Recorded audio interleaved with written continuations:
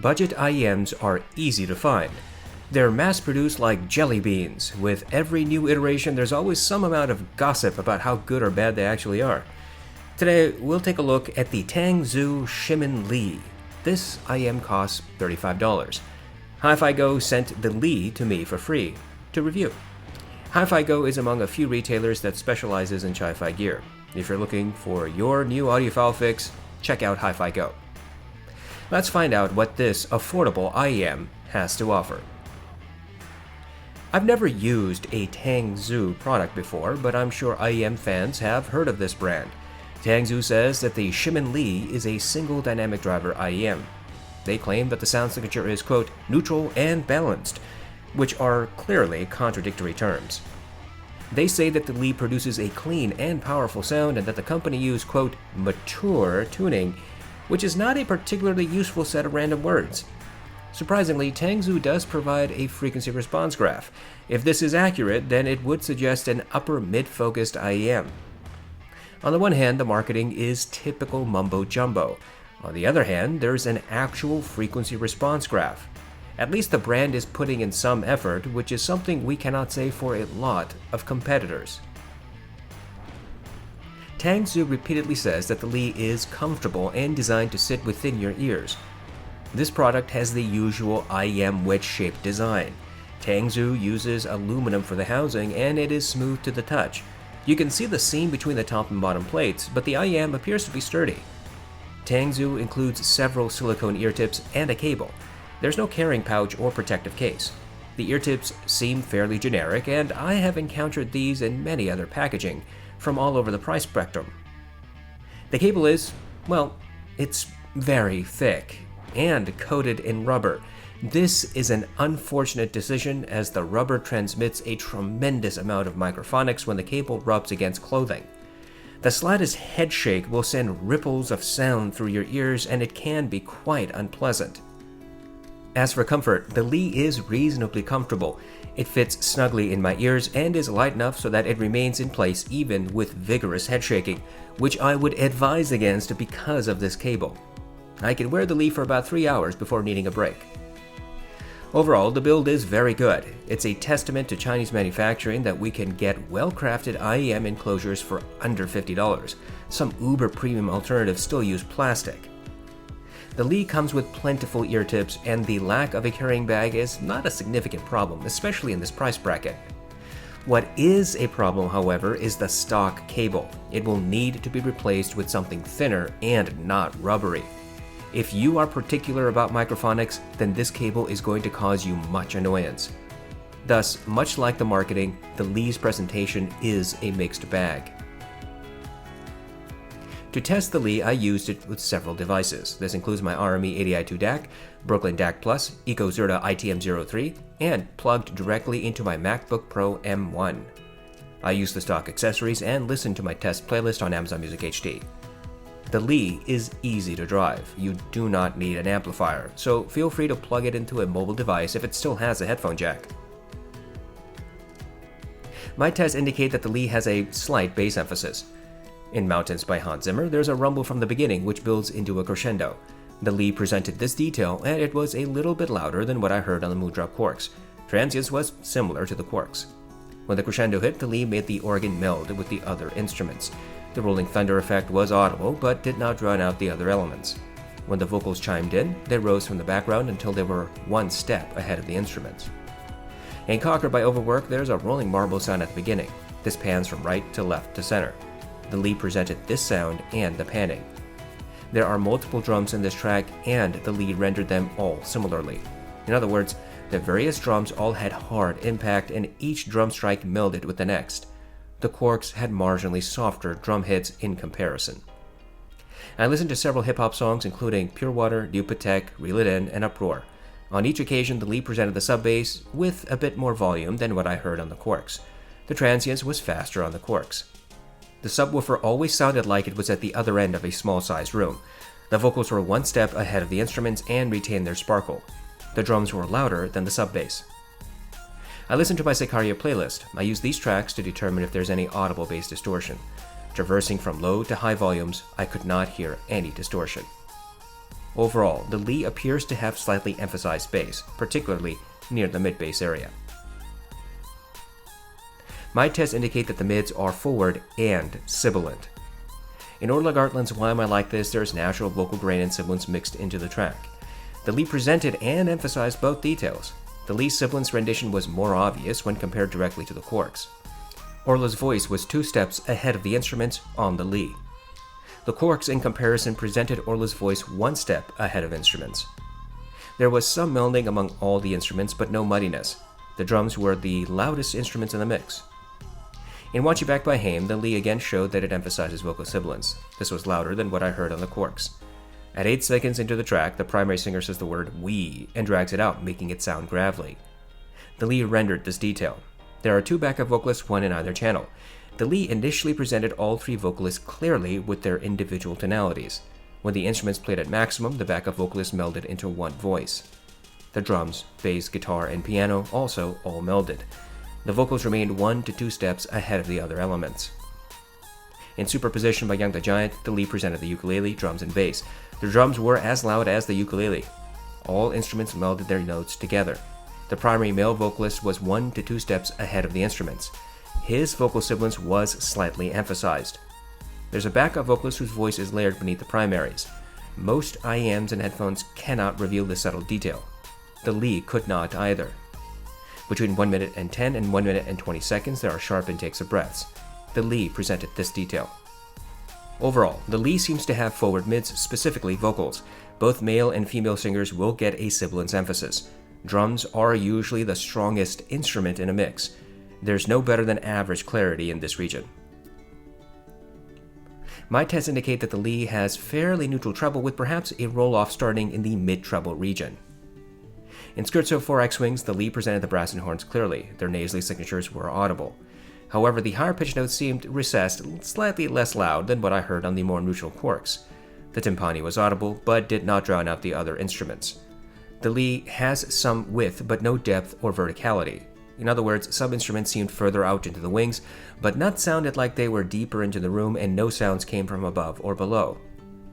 In Flight from the City, the Li made the piano sound like it was about 5 feet away. Its bassy notes were slightly emphasized. The cello was as loud as the piano. Both instruments melded their tonalities. I heard the pops and sizzles, electric buzzing effects, creaking of wood on the pianist's bench, and the shifting of the cello's weight, although some of these details were a little bit muffled. In Take 5 by the Dave Brubeck Quartet, the Li rendered the piano in the right, drums in the left, saxophone center, and bass 1 step behind. All instruments melded their tonalities, but none seemed veiled in the mix. The saxophone was the loudest, most obvious element in the mix. The saxophone's higher-pitched notes were a little quieter than what I heard on the Quarks. The cymbals are struck at different positions, which should result in varying tonalities. The Li made each cymbal strike sound the same. Overall, the Li seems to have treble roll-off starting in the mid-treble region. There's no harshness in the treble region, even at high volumes. Tangzu makes vague comments about the Li's detail or clarity. You could argue that a budget IEM should not be expected to have amazing detail, and if that's your thought process, then you will not be disappointed. The Li has, at best, average detail and clarity. While I heard obvious details in a mix, some of those elements were a bit muffled. If I were not familiar with these tracks, I might have missed them altogether. Throughout my time with the Li, I realized I've heard much more detail in other IEMs. Still, this is par for the course in audiophile terms. Creaking of wood, shifting of a cello's weight, sharp intakes of breaths, multiple vocalists, twangs of guitar strings, nasally signatures of brass and horns, these types of details are clear. But subtle, nuanced details are not any clearer on the Li than on far cheaper IEMs like the Quarks. For a more quantitative test, I used the song New Light by Kazuki. This track has layers of details, including the sound of children playing, wind, rustling of grass, synth, piano, and footsteps. I count the number of steps I can hear in the first 60 seconds. The WG-T2 presents 9 to 10 footsteps. The Heidi's MS2, 8 to 9. The Tin Hi-Fi T2 and T2 Evo present 7 to 8. The Moondrop Aria presents 7. The T2 Plus, Blonde BL05, and The Audio Legacy 2 present 6 to 7 footsteps. The Moondrop Starfield presents 6 footsteps. The Moondrop Quarks, Blonde BL03, and Triple Wind Melee each presents 5 to 6. The Li rendered 5 to 6 footsteps. For my detail resolution scale, I use the Moondrop Aria and Starfield as the average performers. Any IEM that provides more or less footsteps is judged accordingly. Thus, on my scale, the BL03 would be considered below average and the Tin Hi-Fi T2 would be above average. Using this standard, it seems clear to me that the Lee has, at best, average detail retrieval and probably just a little bit less. Ear tips can modify the soundstage experience, but frankly, the original recording will be the primary dictator of what you sense in this regard. In my experience with the Lee, I was neither disappointed nor exuberant. The Lee has average soundstage when compared to other audiophile IEMs. Just as with the detail resolution test, I also have a scale for soundstage. For me, this involves, yet again, using the Moondrop Aria and Starfield as the average performers. Anything that has greater or lesser soundstage is judged accordingly. The Tin Hi-Fi T2 and Heidi's MS2 have above average soundstage. The Blonde BL03 and 05S are average at best. The Starfield, Aria, and Quarks are average. I would place the Lee at about average soundstage comparable to that of the Aria. Tangzu provides contradictory information about the sound signature. They say that the tuning is neutral and balanced, but that's clearly contradictory, as I said. And when you listen to this IEM, you get neither impression. The bass is elevated, though not bloated. There's a marginal sub-bass emphasis and a bit stronger mid-bass push. Bass clarity is no better than average, and there is bass bleed into the mids. The mids are forward.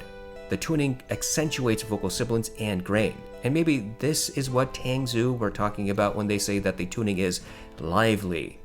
On the other hand, the sibilance is not quite as prevalent as it is on the Tin Hi-Fi T2.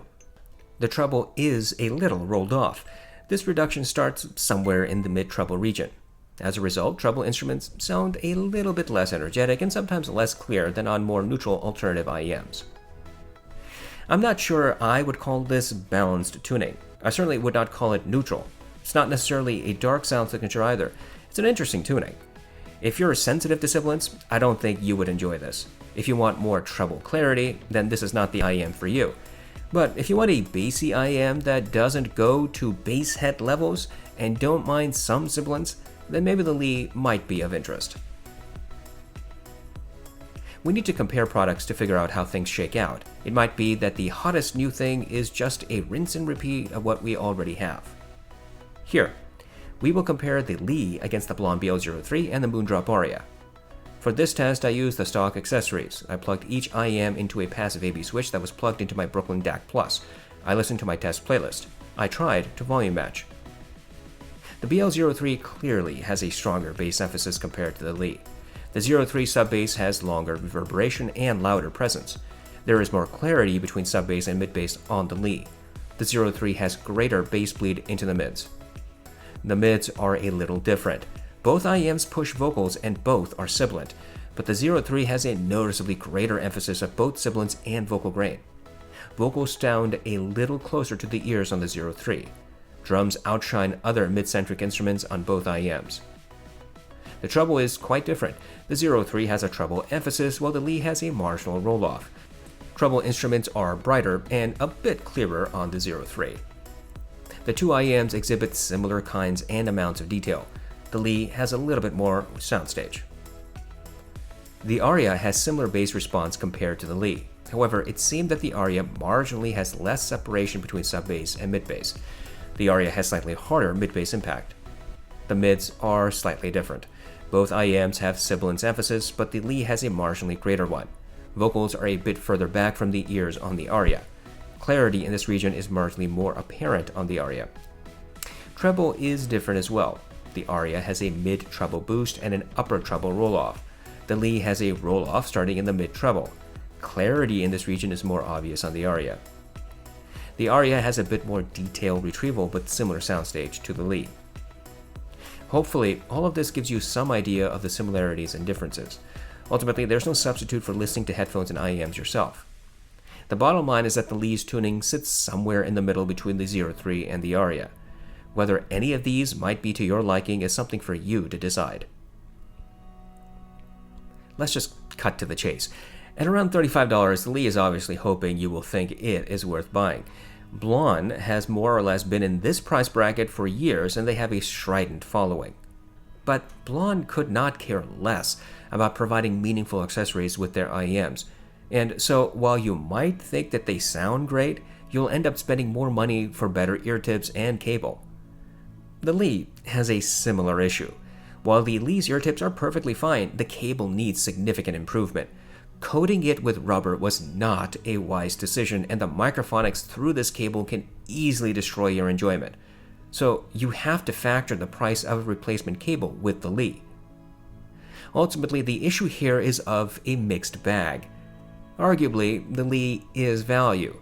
Maybe the cable will not bother you, or perhaps spending another $10 on a replacement cable will not be a big deal, or you may already have a cable you can use.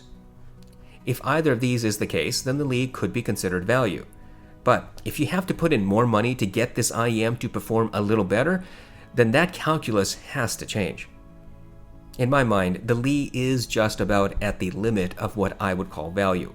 It's a good thing they included decent ear tips, or we would have a different conclusion. Yes, arguably, grudgingly, the Lee is value. Just beware of any additional costs.